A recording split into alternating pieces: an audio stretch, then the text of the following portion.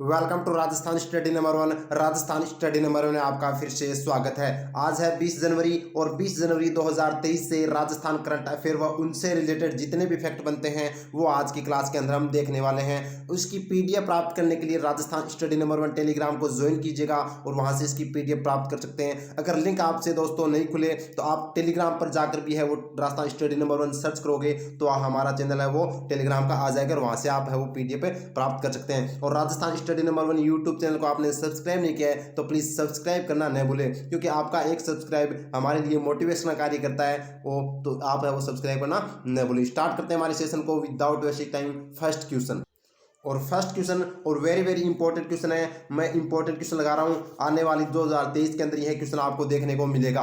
Question है दिव्यांगजनों के लिए राजस्थान में प्रथम कंपोजिट रीजनल सेंटर की स्थापना कहाँ की जाएगी? तो ये जामडोली जयपुर के अंदर की जाएगी और वह यही वही जामडोली है जहां पर बाबा आमटे दिव्यांग विश्वविद्यालय है वो बनाया गया है और ये एग्जाम में बहुत बार पूछा गया है, इंपॉर्टेंट है। तो प्रथम कंपोजिट रीजनल सेंटर की स्थापना जामडोली जयपुर के अंदर। तो क्या होता है कंपोजिट रीजनल सेंटर, पूरी चर्चा करेंगे।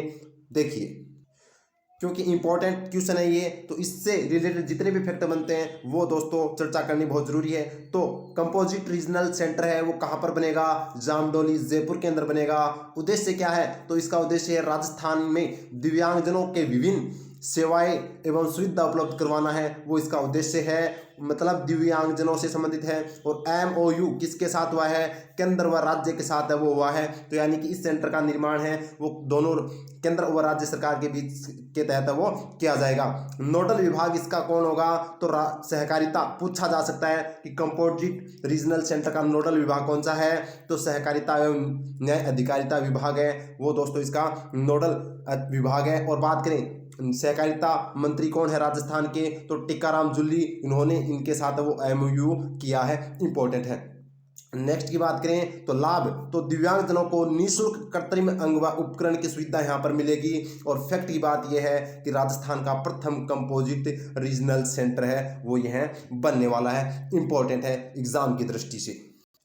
अब देखिए हमारा बूस्टर डोज में अगर आपसे पूछा जाए बाबा आमटे दिव्यांग विश्वविद्यालय कहाँ पर है? तो ये जामडोली जयपुर के अंदर है। और अगर पूछा जाए दिव्यांगजन सशक्तिकरण हेतु उत्कृष्ट कार्य करने के लिए किस जिले को राष्ट्रपति अवार्ड से सम्मानित किया गया है? तो अलवर जिले को है वो दिव्यांगजन के लिए दोस्तों उत्कृष्ट कार्य करने के लिए राष्ट्रपति अवार्ड से सम्मानित किया जा चुका है, इंपॉर्टेंट है, वेरी वेरी।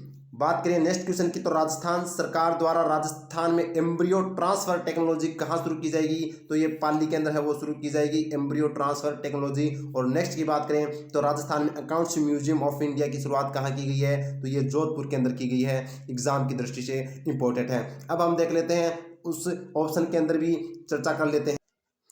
ऑप्शन की चर्चा करें तो पुनखर अलवर, यहाँ पर दोस्तों जो यह आपको बीच में दिखाई दे रहे हैं ये टीकाराम जूली है और इन्होंने ही दोस्तों इसके साथ MOU किया है। और बात करें तो इन्होंने पुनखर अलवर के अंदर किस अभियान की शुरुआत की थी ये आप कमेंट सेक्शन में बताइएगा। जबकि आमेर जयपुर के अंदर हाल ही में कौन सा आयोजन चल रहा है जो 19 जनवरी से स्टार्ट हो चुका है? जयपुर लिटरेचर फेस्टिवल, इंपॉर्टेंट है। और रोहटपाली के अंदर 18वीं राष्ट्रीय स्काउट एवं गाइड जम्बूरी का आयोजन है वो किया गया है। जबकि यहाँ पर मेरे को बताइए अलवर पुनखर से है वो टीकाराम जूली ने कौन से अभियान की शुरुआत की थी? मैंने अच्छे से बताया हुआ है तो कमेंट कर बताइएगा।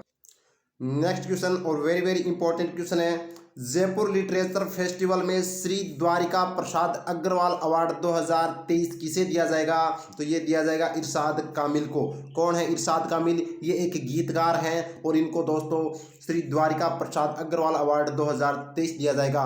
किसके अंदर? तो जयपुर लिटरेचर फेस्टिवल के अंदर दिया जाएगा, जिसका आयोजन 19 जनवरी से कल से वो स्टार्ट हो चुका है। अब बात करें के सचिनानंद कौन है? तो इसी जयपुर लिटरेचर फेस्टिवल के अंदर के सचिनानंद को कौन सा अवार्ड दिया जाएगा? कोमल कोठारी कन्हैयालाल, आठवां कन्हैयालाल अवार्ड है वो किसे दिया जाएगा? तो दोस्तों ये कन्हैयालाल सेठ अवार्ड के सचिनानंद को दिया जाएगा। जबकि ऋषिका को portrait artist of the year award दिया गया है 2022 में। और हरि सिंह गोदारा की बात करें तो ये गंगानगर के रहने वाले हैं और इनको गोपाल रत्न अवार्ड 2022 है वो दिया गया है। अब पूरी चर्चा करते हैं हमारे जयपुर लिटरेचर फेस्टिवल के बारे में। तो देखिए जयपुर लिटरेचर फेस्टिवल 2023 कब होगा? तो ये दोस्तों 19 से 23, ये फरवरी नहीं है, ये जनवरी स्टार्ट हो चुका अभी।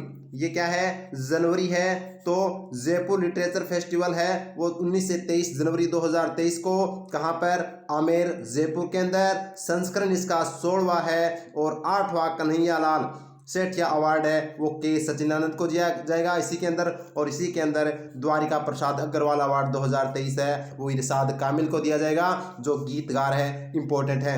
नोट बात मैंने यह भी करवाई थी कि जयपुर लिटरेचर फेस्टिवल पहले रोम इटली के अंदर प्रस्तावित था, लेकिन अब ये कहाँ पर किया जा रहा है, जयपुर के अंदर है वो किया जाएगा।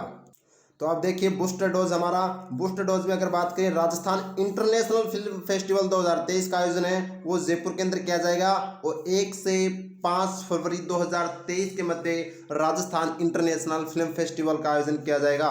जबकि जयपुर इंटरनेशनल फिल्म फेस्टिवल का आयोजन है वो हो चुका है। अब यहाँ पर बात करें तो राजस्थान इंटरनेशनल फिल्म फेस्टिवल का आयोजन है वो 1 से 5 जनवरी 2023 को किया जाएगा।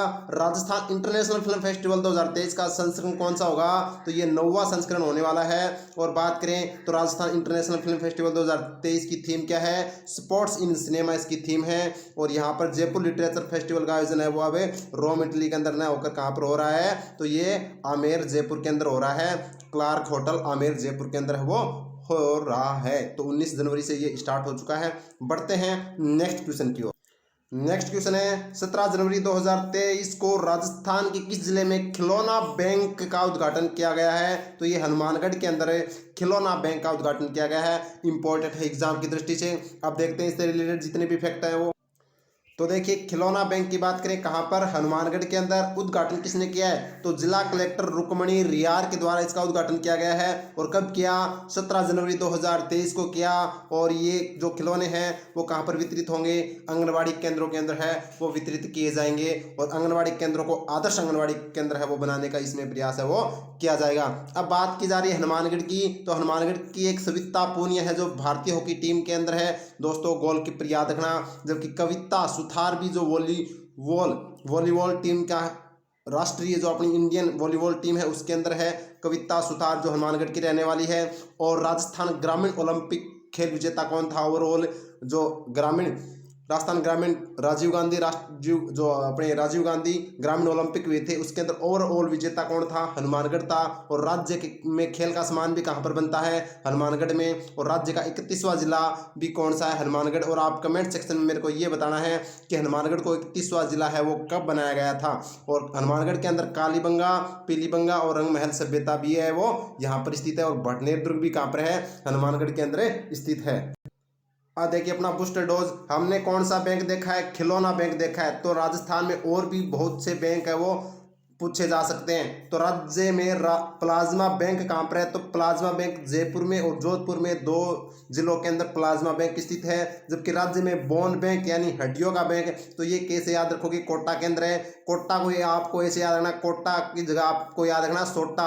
और अगर राजस्थानी भाषा में सोटा ने बोला लाठी। और अगर कोई अपने लाठी यानी सोटा मारता है तो कड़तू के अंदर, तो कड़तू यानी कि रीढ़ की हड्डी पर लगती है तो वो टूट जाती है, तो यानी कि रीढ़ की हड्डी यानी बोन बैंक कहाँ पर है, कोटा के अंदर है। जबकि राज्य में मास्क बैंक कहाँ पर, ये बीकानेर के अंदर है। और जीनोम सीक्वेंसिंग लैब पहली राज्य के जयपुर के अंदर स्थापित की गई थी और फिर जोधपुर के अंदर वो स्थापित की गई थी। एग्जाम की दृष्टि से इंपॉर्टेंट है। बढ़ते हैं नेक्स्ट क्वेश्चन की ओर। नेक्स्ट क्वेश्चन और वेरी वेरी इंपॉर्टेंट क्वेश्चन जो एग्जाम में पूछा भी गया है सिटी ग्रेजुएशन के अंदर कि सर्द हवा से संबंधित क्वेश्चन। तो अंतर्राष्ट्रीय सीमा पर ऑपरेशन सर्द हवा कब से कब तक चलाया जाएगा, तो यह बीएसएफ के द्वारा प्रतिवर्ष चलाया जाता है जनवरी माह के अंदर। तो यह 21 से 28 जनवरी 2023 में ऑपरेशन सर्द हवा की शुरुआत है वो की जाएगी। तो यानी 21 जनवरी से 28 जनवरी तक कौन सा ऑपरेशन चलेगा, बीएसएफ के द्वारा ऑपरेशन सर्द हवा, जो अंतर्राष्ट्रीय सीमा पर स्थित है। तो अंतर्राष्ट्रीय सीमा अपनी राजस्थान से पाकिस्तान की लगती है, आपको पता है। अब बात करें अगर अदर ऑप्शन देख लेते हैं तो 19 से 23 जनवरी 2023 के अंदर अभी हाल में पढ़ रहे हैं जयपुर लिटरेचर फेस्टिवल का आयोजन किया जा रहा है। जबकि 20 से 22 जनवरी कल ही हमने पढ़ा था उदयपुर के अंदर बर्ड फेस्टिवल का आयोजन। जबकि 23 से 25 अप्रैल 2023 के अंदर किसका आयोजन किया जाएगा, तो ये ग्रेट इंडियन बाजार ट्रेवल का आयोजन किया जाएगा जो अपने जयपुर के अंदर। अब देखिए बीएसएफ से संबंधित व अंतर्राष्ट्रीय सीमा से संबंधित जितने भी राजस्थान से करंट अफेयर से रिलेटेड क्वेश्चन बनते हैं वो देखिए। तो देखिए भारत पाकिस्तान सीमा की बात करें, सीमा को क्या कहा जाता है, रेड क्लिफ रेखा कहा जाता है। लंबाई राजस्थान की बात करें तो 1070 है। और कमेंट सेक्शन में मेरे को ये बताना कि भारत और पाकिस्तान की कुल सीमा कितनी है, वो कमेंट सेक्शन में बताना। जबकि राजस्थान की 1070 है। राज्य के जिले की बात करें तो 4 जिले लगते हैं, गंगानगर, बीकानेर, जैसलमेर और बाड़मेर। कल मैंने इन चारों की सीमा भी आपको बताई थी अलग अलग, ये आपको ध्यान रखना है। जबकि खाजवाला बीकानेर की बात करें तो अगर चलो बीएसएफ के द्वारा चलाया जाता तो बीएसएफ की स्थापना आपको बता देता हूं, अपने 1 दिसंबर को है, वो 1965 को होती है बीएसएफ की स्थापना। और हेडक्वार्टर कहाँ पर है, ये दिल्ली के अंदर है। अब बात करें खाजवाला बीकानेर की तो यहाँ पर बीएसएफ द्वारा रिट्रीट सेरेमनी का शुरुआत है वो कहाँ पर की गई है, खाजवाला बीकानेर में। और सम जैसलमेर के अंदर बीएसएफ थीम पार्क है वो स्थापित किया गया है, इंपॉर्टेंट है। और देखते हैं अपना बूस्टर डोज में देखिए, हाल ही में भैरव सिंह राठौड़, कल मैंने जो भैरव सिंह शेखावत बताया था वो भैरव सिंह शेखावत नहीं है, ये भैरव सिंह राठौड़ है, ये आपको ध्यान रखना है। तो भैरव सिंह राठौड़ का निधन हो गया। वे कहाँ के थे, तो ये शेरगढ़ जोधपुर के थे और ये बीएसएफ के अंदर थे दोस्तों, यानी कि अपनी भारत की आर्मी के अंदर थे, ये ध्यान रखना। और उन्होंने जो अपना आपने बॉर्डर मूवी देखी होगी तो उसके अंदर उन्होंने नेतृत्व, जो सुनील शेट्टी ने नेतृत्व किया था भैरव सिंह का, वो इन्हीं का रोल था, ये ध्यान रखना। और इनका हाल ही में क्या हो गया है, निधन हो गया है। जबकि विश्व का सबसे बड़ा तिरंगा कहाँ पर फहराया गया था, तो जैसलमेर के अंदर है, वो फहराया गया था। कब फहराया गया था, 15 जनवरी और 2022 को है वो विश्व का सबसे बड़ा खादी का तिरंगा है वो जैसलमेर में फहराया गया था। जबकि बीएसएफ का पर्यटन स्थल किसे बनाया गया है, तो लोंगेवाला जैसलमेर को बीएसएफ द्वारा पर्यटन स्थल है वो बनाया गया है। और पाकिस्तान के साथ सर्वाधिक सीमा है वो जैसलमेर की लगती है 464 और सबसे कम बीकानेर की लगती है 168 किलोमीटर, यह आपको ध्यान रखना है। बढ़ते हैं नेक्स्ट क्वेश्चन की ओर। नेक्स्ट क्वेश्चन है, अमेरिका में आयोजित 10वीं वार्षिक ग्लोबल वुमेन फेस्टिवल 2022 में राजस्थान की किस महिला को सम्मानित किया गया है, तो ये दोस्तों कौन है, रूमा देवी। तो रूमा देवी को सम्मानित किया गया है। ग्लोबल वुमेन फेस्टिवल 2022 के अंदर अमेरिका के अंदर आयोजित था 10वां, और उसके अंदर रूमा देवी को है वो सम्मानित किया गया। रूमा देवी बाड़मेर से है, ये भी आपको ध्यान रखना। और ये राजीविका की ब्रांड एम्बेसडर है, ये भी आपको अच्छे से याद रखना है। जबकि बात करें डॉक्टर कृति भारती, ये जोधपुर से रहने वाली है और इनको साहस पुरस्कार 2022 दिया गया है। और दोस्तों और भी बहुत से अवार्ड, और ये बाल विभाग के खिलाफ वो कार्य करती है। जबकि बैतुल बेगम की बात करिए, जयपुर की रहने वाली है और इनको नारी शक्ति पुरस्कार 2023 दिया गया है। जबकि डॉक्टर सुनीता घोगरा की बात करें तो इनको हाल ही में राजस्थान साहित्य अकादमी उदयपुर की क्या बनाया गया है, उपाध्यक्ष है वो बनाया गया है, इंपॉर्टेंट है एग्जाम की दृष्टि से।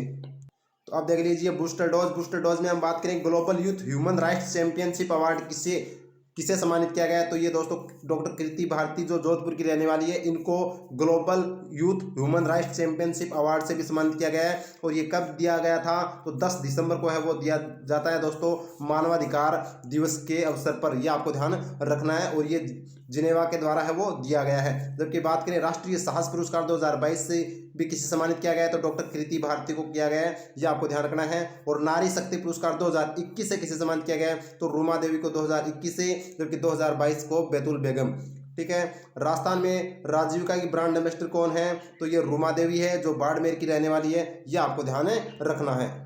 और नेक्स्ट क्वेश्चन है, आयुर्वेद के प्रचार प्रसार एवं शिक्षण प्रशिक्षण हेतु आयुर्वेद सोसाइटी जापान का किस संस्थान से ओमयू हुआ है, तो ये डॉक्टर सर्वपल्ली राधाकृष्णन संस्थान आयुर्वेद विश्वविद्यालय जोधपुर के साथ है, वो आयुर्वेद के प्रचार प्रसार के लिए है वो MOU हुआ है, यानी समझौता हुआ है, ये आपको ध्यान रखना है, इंपॉर्टेंट है। तो ये था हमारे आज के सेशन के इंपॉर्टेंट 6 क्वेश्चन जो हमने अच्छे से उनको दोस्तों पढ़ लिया है। और अगर क्लास आपको अच्छी लगी तो लाइक कीजिएगा, शेयर कीजिएगा, सब्सक्राइब करना न भूले और प्रेस बेल आइकन को ऑन कर लीजिएगा ताकि आपको नोटिफिकेशन मिलता रहे। और पीडीएफ प्राप्त करने के लिए राजस्थान स्टडी नंबर 1 टेलीग्राम को ज्वाइन कीजिएगा, वहाँ से पीडीएफ प्राप्त कर सकते हैं। और राजस्थान स्टडी नंबर 1 को इंस्टाग्राम को भी आप फॉलो कर सकते हैं। थैंक यू, जय हिंद, जय भारत।